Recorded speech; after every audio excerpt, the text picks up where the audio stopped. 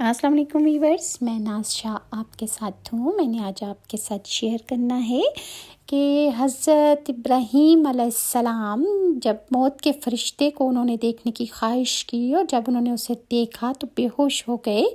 تو یہ کس طرح ہوا میں آپ کے ساتھ شیئر کرتی ہوں۔ روایت میں ہے کہ حضرت ابراہیم علیہ السلام کو جب نبوت کی خلت سے اللہ تعالیٰ نے نوازا تو رب کائنات کے حکم سے ملک الموت بھی انہیں مبارکباد دینے کے لیے آئے۔ اللہ تعالیٰ کی حمد و ثنا کے بعد حضرت ابراہیم علیہ السلام نے ملک الموت سے پوچھا کہ تم کافروں کی روح کس طرح قبض کرتے ہو؟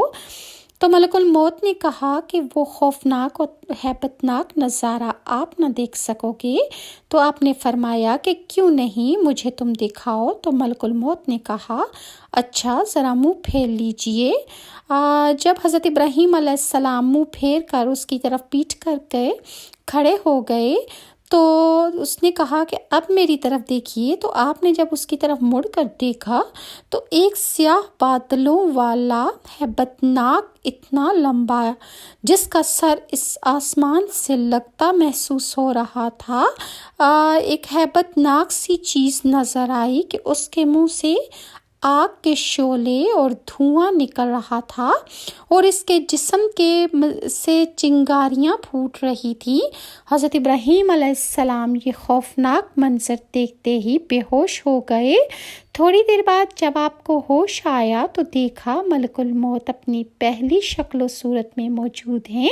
آپ نے فرمایا اگر کافر کو سختی اور اذیت پیش نہ بھی آئے تو تمہاری یہ وحشتناک شکل ہی اس کے لیے کافی ہوگی کہ تمہاری یہ شکل دیکھتے ساتھ ہی وہ مر جائے گا، اس کی روح نکل جائے گی، کیونکہ یہ منظر دیکھنا کوئی آسان نہیں ہے۔ اس کے بعد حضرت ابراہیم علیہ السلام نے فرمایا اب ذرا مجھے یہ دکھاؤ کہ تم مومن کی روح قبض کرنے کا کیسے کرتے ہو، مجھے وہ بھی نظارہ دیکھنا ہے۔ ملک الموت کے کہنے پر آپ نے پھر منہ پھیر کر اس کی طرف پیٹ کر کے کھڑے ہو گئے۔ تو پھر ملک الموت نے کہا کہ اب آپ میری طرف مڑ کر دیکھیے۔ حضرت ابراہیم علیہ السلام نے جب اس کی طرف مڑ کر دیکھا تو نہایت حسین خوبصورت لباس سے تن کیے خوشبودار نوجوان بیٹھا تھا۔ تو آپ نے کہا کہ اگر مومن کرامت حاصل نہ بھی ہو تو تمہاری حسین و جمیل صورت دیکھ کر اس کی روح فدا ہو جائے گی اور اس کا جی چاہے گا کہ وہ اپنے پاک رب سے ملنے کے لیے جلدی کرے اور اس کی روح جلدی نکل جائے۔ جب حضرت ابراہیم علیہ السلام نے ملک الموت سے پوچھا کہ ایک آدمی مغرب میں ہو اور دوسرا مشرق میں، کہیں وبا پھیلی ہو یا جنگی حالات ہوں تو تم روح کس طرح قبض کرتے ہو؟ جس پر ملک الموت نے جواب دیا کہ جب اس قسم کے حالات پیش آتے ہیں تو میں اللہ کے حکم سے ارواح کو اپنے پاس بلاتا ہوں، وہ میری 2 انگلیوں میں آ کر جمع ہو جاتے ہیں اور زمین میرے سامنے اس قدر سکڑ جاتی ہے کہ جیسے کوئی تشت رکھا ہو، یعنی میرے سامنے تمام لوگ اس طرح آ جاتے ہیں جب میں نے روح نکالنی ہوتی ہے کہ جیسے کسی ڈش میں کوئی چیز پڑی ہو، اور جس میں سے جو چیز مجھے چاہیے یعنی جس انسان کی روح مجھے نکالنی ہوتی ہے میں انہیں چن لیتا ہوں اور باقی لوگوں کو چھوڑ دیتا ہوں، اور مجھے روح قبض کرنے میں کوئی دشواری کوئی مشکل پیش نہیں آتی۔ روایت میں ہے کہ بعض انبیاء نے موت سے کہا کہ تو لوگوں کو اپنی آمد سے پہلے اطلاع کیوں نہیں دیتی؟ تو موت نے کہا کہ میری آمد سے پہلے میرے قاصد میرا پیغام پہنچا دیتے ہیں۔ حادثات اور انقلاب، بڑھاپا، بالوں کی سفیدی، بیماری، بصارت کی کمزوری، یہ میرے قاصد ہی تو ہیں کہ جو لوگوں کو یہ بتاتے ہیں کہ ان کی موت کا ٹائم قریب ہے، لیکن پھر بھی لوگ اگر اس کی فکر نہ کریں تو یہ لوگوں کی غفلت ہے۔ مگر میں دیکھتا ہوں کہ لوگوں کو پھر بھی ہوش نہیں آتا اور غفلت کے پردے میں رہتے ہیں۔ ملک الموت کے معاونین کون ہے، اس کا ملاحظہ کیجیے۔ ربیعہ بن انس سے کسی شخص نے پوچھا کہ کیا ملک الموت تنہا روح قبض کرتے ہیں؟ تو آپ نے جواب دیا کہ ملک الموت کے بہت سے فرشتے معاون اور مددگار ہوتے ہیں جن کو اللہ نے مقرر کر رکھا ہے اور ملک الموت ان سب کے افسر ہیں۔ جن کی تیز رفتاری کا یہ عالم ہے کہ ایک پیر مشرق میں رکھتے ہیں تو دوسرا پیر مغرب میں رہتا ہے۔ ملک الموت کے ساتھ رحمت اور عذاب کے فرشتے رہتے ہیں۔ نیکوں کی روح قبض کر کے رحمت کے فرشتوں کے حوالے کر دی جاتی ہے۔ حضرت انس سے روایت ہے کہ رسول اللہ نے فرمایا کہ موت کے وقت میت کو 4 طرف سے فرشتے جو ہیں وہ اس کو گھیرے اور جکڑے رہتے ہیں۔ اگر وہ ایسا نہ کرتے تو مرنے والے موت کی تکلیف اور شدت سے جنگلوں میں بھاگے پھرتے، اور نیک بندے کی میت پر فرشتے دعا اور استغفار اس وقت تک کرتے رہتے ہیں جب تک کہ اس کے رشتہ دار اس کی تکفین اور تدفین کا عمل پورا نہیں کر لیتے۔ اس طرح ملک الموت کے ساتھ بہت سے فرشتے رہتے ہیں۔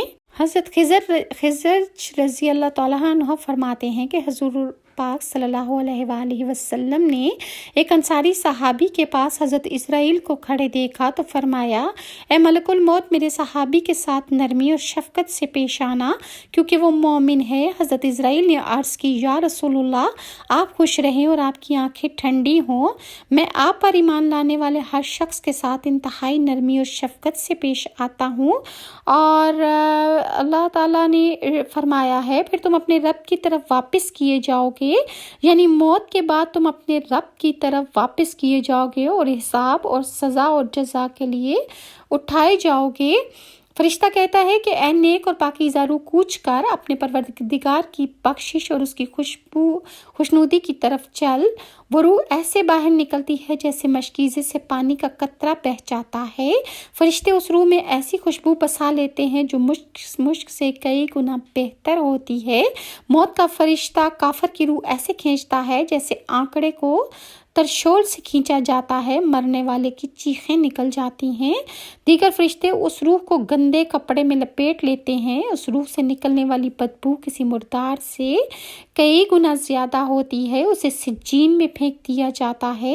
حضرت براء بن عازب فرماتے ہیں کہ رسول اللہ کے ہمراہ ہم ایک جنازے میں گئے، آپ قبر کے سرحانے تشریف فرما ہوئے، ہم آپ کے ارد گرد ایسے خاموش بیٹھ گئے گویا ہمارے سروں پر پرندے ہیں آ کر بیٹھ گئے ہوں گے۔ اس وقت قبر کھودی جا رہی تھی، آپ نے اس موقع پر 3 مرتبہ عذاب قبر سے پناہ مانگی، پھر ارشاد فرمایا، مومن کا جب دنیا سے آخرت کی طرف سفر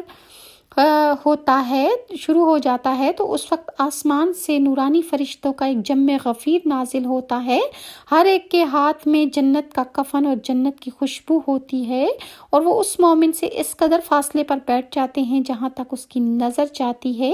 پھر موت کا فرشتہ آتا ہے اور اس کے سرحانے بیٹھ جاتا ہے اور اس سے کہتا ہے، اے نیک اور پاکیزہ روح، کوچ کر اپنے پروردگار کی بخشش اور اس کی خوشنودی کی طرف۔ وہ روح ایسے باہر نکلتی ہے جیسے مشکیزے کے منہ سے پانی بہہ جاتا ہے۔ موت کا فرشتہ اس کی روح تھام لیتا ہے اور پلک جھپکنے سے قبل ہی تمام فرشتے آسمان سے لایا ہوا کفن اور آسمانی خوشبو میں اس روح کو بسا لیتے ہیں۔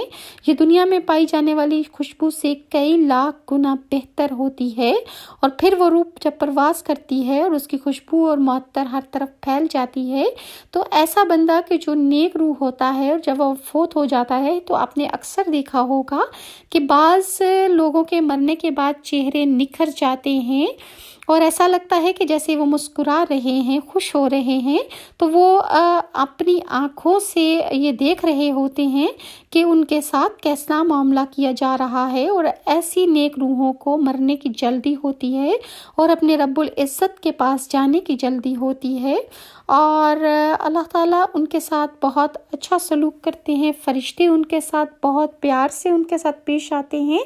اور اس طرح جب وہ روح آسمان پر لے کر جاتے ہیں تو پہلے آسمان پر پہنچ کے فرشتے آسمان کا دروازہ کھولتے ہیں، پھر وہاں کے مقرب فرشتے اسے اگلے آسمان تک پہنچا دیتے ہیں، یہاں تک کہ اسے اس آسمان تک پہنچا دیا جاتا ہے جہاں اللہ تعالیٰ اپنی شان کے مطابق جلوہ افروز ہے۔ اللہ تعالیٰ اس روح کے متعلق ارشاد فرماتا ہے، میرے اس بندے کے نامہ اعمال کو علیین میں رکھ دو اور اسے واپس زمین میں لوٹا دو، کیونکہ زمین ہی سے میں نے ان انسانوں کو پیدا کیا ہے۔